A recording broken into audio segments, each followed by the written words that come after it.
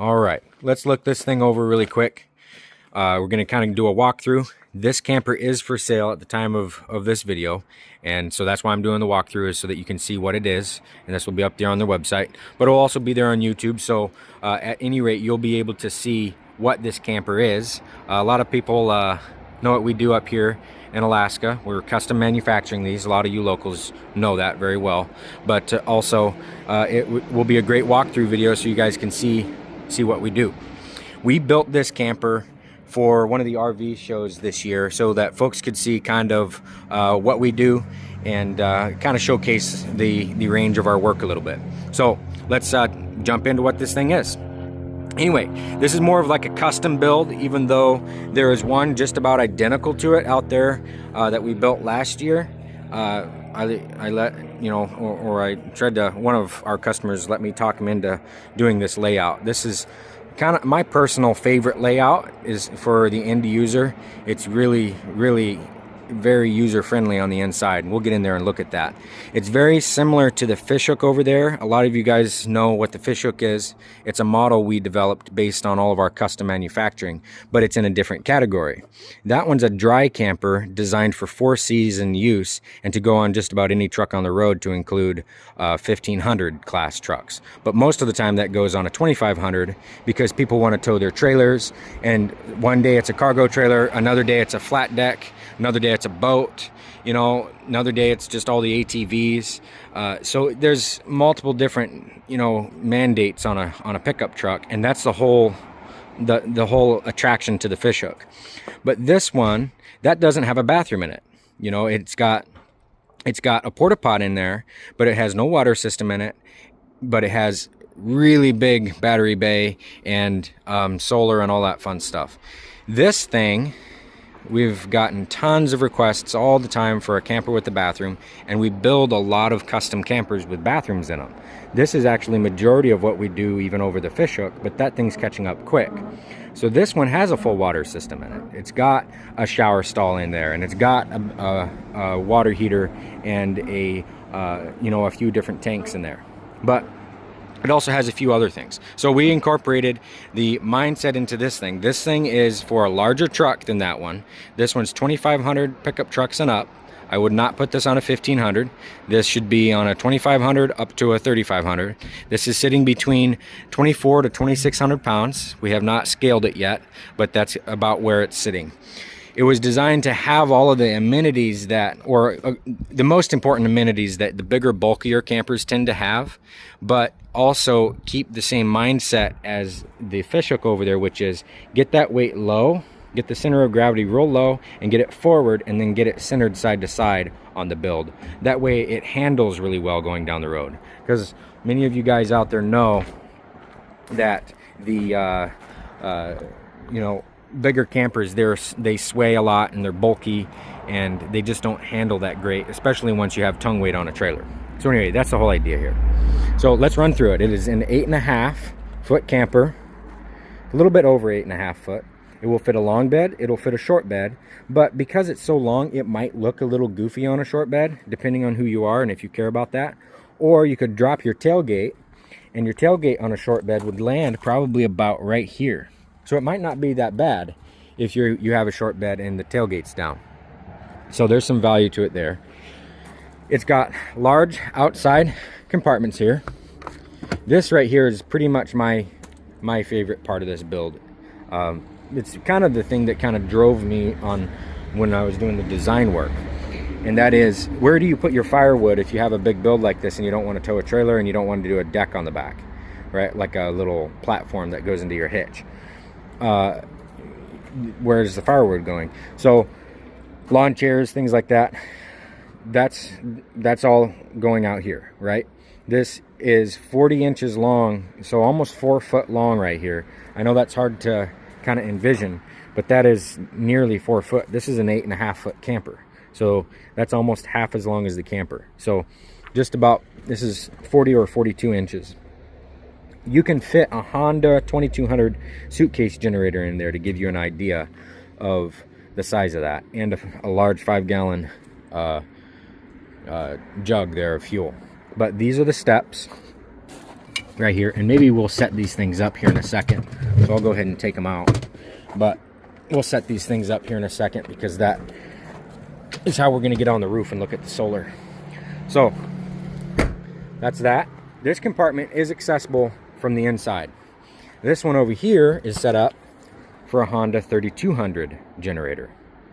Okay, and then you can put a Rotopack or something over there, or a small 2-gallon fuel tank. You could also put Rotopacks on the outside here, but this one is sealed to the exterior to where you can put your stinky material in there, like any of your fuel or stuff that's going to fume off, and it will vent to the exterior here, and you won't smell it on the inside or anything like that.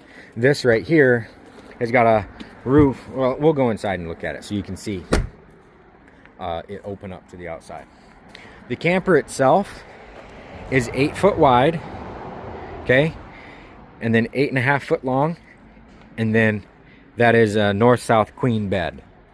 Obviously, it's got the rain guards on it. It's got a roof rack, that's the 400 pound, and it's placed narrow like that so that you can get a like a basket up there, you know, like a Yakima basket, something like that, or like dip nets or simple things. You can strap them down up there. You can see this is where the ladder goes. Let's set that up really quick, actually. Okay. There we go. We'll run up there in a second. You got a cassette toilet right here. You got the drain for the water. Got electric jacks on this. Over here, you got 20 pounds of propane right there, and it's horizontal propane, and I'll show you why horizontal here in a second when we go inside. And then this right here is a on-demand water heater. That's the Suburban latch there. Then you got a 20,000 BTU propane forced air furnace. You've got tank fill right there. Then you have city water. Then over here you got your 30 amp power inlet. And over here you got the awning. We don't like the awnings here for pickup campers. Traditional RV awnings are great, they're nice, but on a pickup camper not so much, because by the time this thing is sitting on the truck, you're about 10 feet in the sky, and then you have a little 8 foot by 8 foot awning that comes out, and you have like one little lawn chair worth of shaded, or if shaded at all, but space that is barely away from the rain, and you drop like $3,000 on an awning like that or more. This right here is the Rhino rack. By the time this is sitting on the truck, it's sitting about right here. I'm a short guy and I can reach it, right? So it's sitting about right here. It comes out 8 feet, and then it is 8 foot wide. And then it's also kind of over the cab to where it makes it to where you can get in and out of the truck if you've got a downpour. So that's kind of nice. But with the design of this thing, it was hard to put that anywhere else. So that's where the awning is. Let's run over here and look at the solar on the roof before we go inside. This is the Lippert ladder, telescoping ladder. I like them, they're good. I just don't like toting around a second item. You know, if I can have a fixed ladder, that's awesome. And this camper could have a fixed ladder installed on it, no issues. But it's a good secure ladder, that part's nice. So this is what the roof looks like. You can see this is our standard roof rack. This thing is very versatile. You know, you can put so many things on it. So we'll probably always do this rack. It's just, there's no roof penetrations at all. You know, it's getting mounted to the side rather than down into the roof. So there's a lot of value there. These solar panels need to be wiped off. But you can get up here and wipe these off microfiber. Don't wipe them off with soap and water or anything. You should just wipe them with microfiber and dry rag. But these right here, you can see this camper and that camper both have the same system, and the fish hook never dies if it has that system. Even if you don't have weather like this, amazing weather today, it's still, you're still gonna get full solar, and you're never really gonna have to charge the camper unless it's in the winter, and then you'll have to charge it. But wipe these things off. There's a benefit to having split panels. This is 380 watts in total. Then you can see the Max Air fan. He's got the plastic still on it. I should probably take all that off. But anyway, so then you have your roof vent here, or your skylight, and I'll show you why that skylight is there when we go inside and look at the bathroom. The whole idea behind this camper was, if you're the type of person who needs a bathroom in the camper and just a little bit more amenities than the fishhook has, then this is kind of perfect for you. But you don't necessarily need everything that comes with a bigger, bulkier camper. So you can see inside here, the tanks are in that step-up floor. That step-up floor acts as two things. It makes it a little bit more comfortable sitting in the dinette so your legs don't hang and swing, but it also houses the tanks. But having that step like that makes it to where if you have that raised floor in here, what it does is it takes all of that weight and it moves your center of gravity up, and then the ride gets really tippy and it just sways around all the corners. So we tried to follow the same on this design as the fishhook, which is keep the load down, or the weight down low, move it as far forward as possible, and then get it centered so you have a point of where the weight is, a zone here, rather than having it lopsided one side to the other with where it's sitting. So, and then don't have it too far forward in this build that it's butt heavy, right? So, or that it's too nose heavy. You want it approximately there where those tanks are sitting. So it's designed really well, and it's going to accomplish that pretty good. So this counter right here, that's the reason for that horizontal propane tank rather than a split level. When you take and you raise that floor and everything goes up, well, the ceiling goes up by more than that height. It ends up going up several more inches, which means the floor comes up, and then all of this comes up, and now you have room to do vertical propane. In the fishhook over there, you can see what I'm talking about. We have a split level counter, right? But that's not as conducive when you're doing stuff inside. If you're this type of person here for a build like this, you might probably going to be on a little bit longer trips and stuff like that.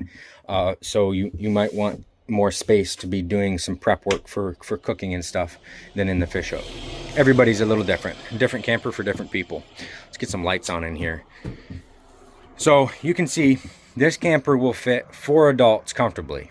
The fishhook over there will fit 3 adults comfortably, or 2 adults and 3 kids. This one is probably good for about my size family. If you need to have multiple people with you. If you're just a couple, then you just get a whole bunch of room, and you have plenty of room for the occasional guest. Or maybe you have some buddies and you're going hunting, then this is more than comfortable here. So that's a north-south queen mattress. This right here makes into a 6'3" bed, right? It's essentially a queen because this is, believe it or not, just about the same size as the fishhook dinette, which is pretty much a twin size mattress. It's almost a twin. You got 42 inches, then you got 32 or 33 inches on this side. Let me pull out the measuring tape. 36 inches on this side, and then 42 on this side. So you can see that like a twin size mattress is 75 inches long by 38 inches wide. So it's essentially twin. This table makes down into a bed here, right? Maybe we'll do that here in this video here in a second. But let's look at this. We'll do that. We'll make this into a bed here in a second. This here, you can see the outside compartment. Can reach in there. My kids would be playing inside that compartment all the time.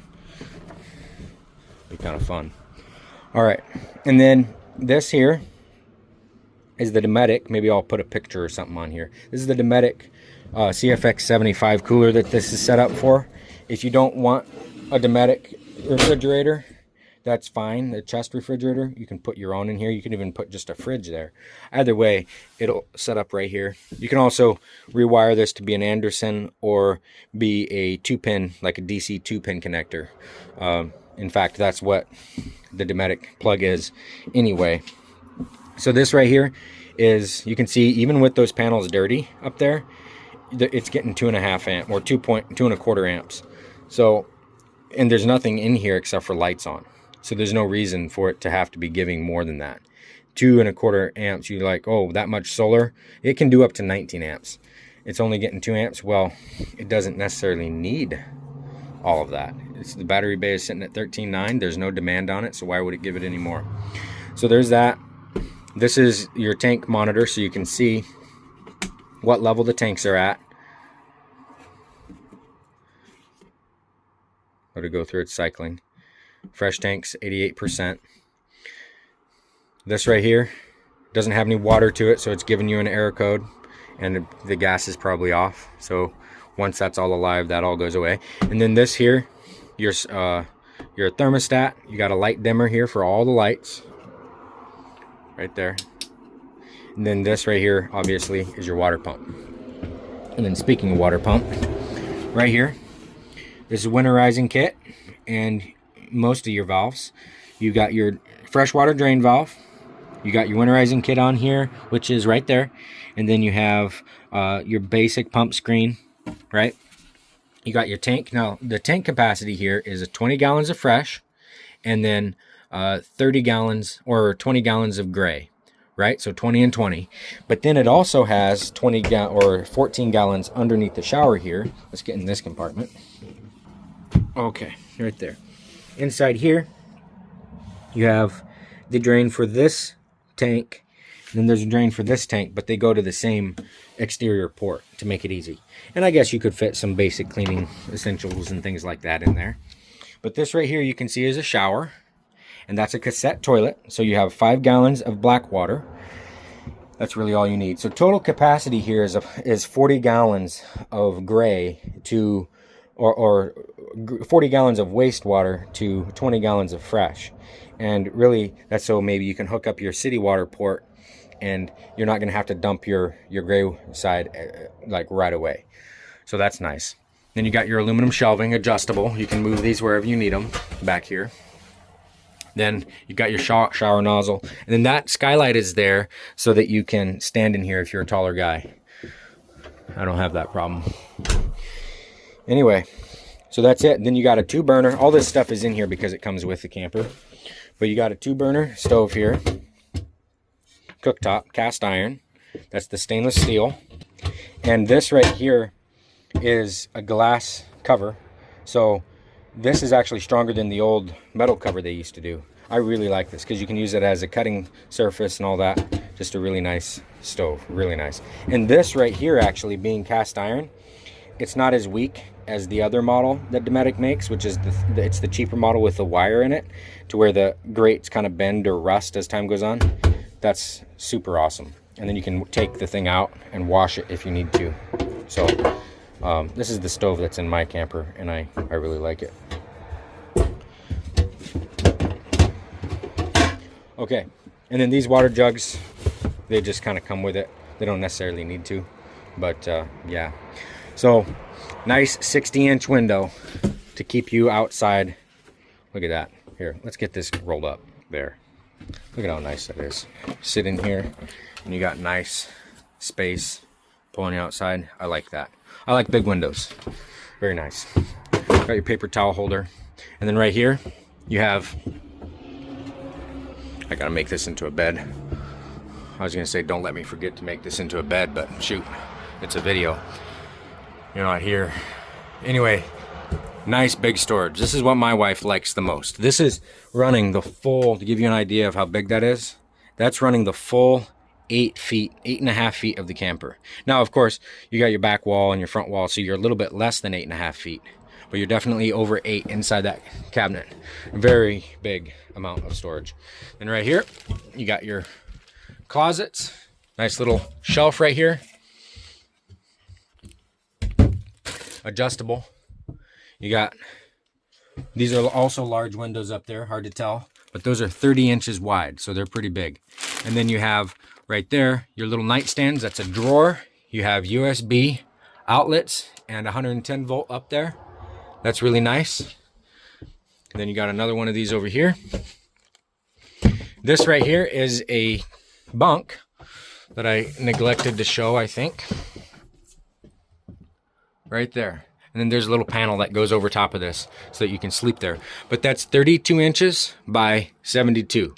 So it's a typical bunk mat is 30 by 72. So it's a little larger.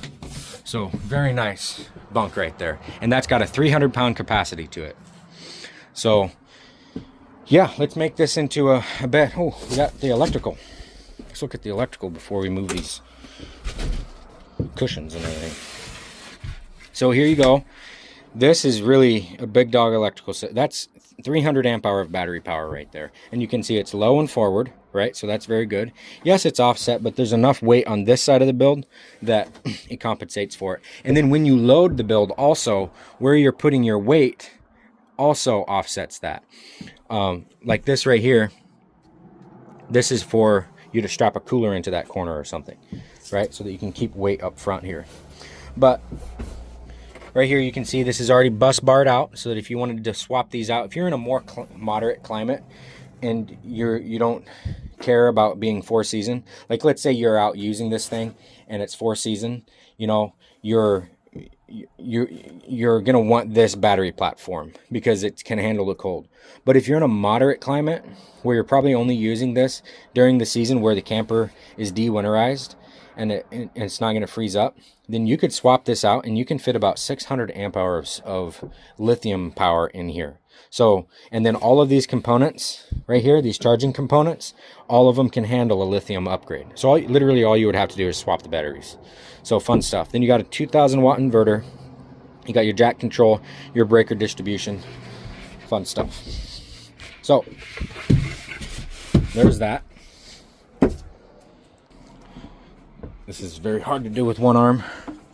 Let's see. Had to use two hands to remove the table. I tried. Okay. I love the Lagoon table system. Lagoon, whatever. Be politically correct if you want, but technically it says Lagoon. But the crew always corrects me on that. So, whatever. Then you got your cushions here. These come out. And yes, all of this is legitimately one arm. So this is easy. This is all easy to do. Cushions fit nice and tight in there so that they don't move out from underneath you while you're sleeping. But you can see right there, it's pretty big. Again, this is 42 by 36 by 75. So it's a twin size mattress there. Lots of room to entertain people and have a bunch of people sleeping. And then, yeah, a lot of people say, well, then I'll have to crawl over Bob or Jim or whoever is laying here. You're just going to have to get to know each other. Crush him in the middle of the night or something. Step on his leg. I don't know. So, there you go, guys. That's this camper. You can, oh, I even didn't talk about the sink there. So you got your power outlets. You got inverter, converter, 12-volt outlets. This here. And then that's the inverter activation. And then you got your single sink. But yeah, very nice. These are all block out curtains, by the way. They're not light filtering, they're block out. Then you got your basics, your fire extinguisher and your fire alarm up there. But as of the spring here of 2025, this thing is available. I know this video is going to be up there for a while and folks can see it. So it serves as really a walkthrough video. But this camper is available. And if it's a 2500 on up to a 3500, and this was our show camper, so it's brand new, never been used. It's a 2025, and this is actually Labor Day weekend, and we're getting nice sun, beautiful sun for Labor Day. So yeah. Anyway, cheers, guys. Hit us with any questions. David at cashcamper.com. You're welcome to hit me with any questions there. Bullet point them. You can come out and look at this. We're down here in Palmer, Wasilla area, and it's available until it's not. So anyway, take care, guys. You can also call the office. Find us there on Google or whatever, or go to a link in the description here and get our info.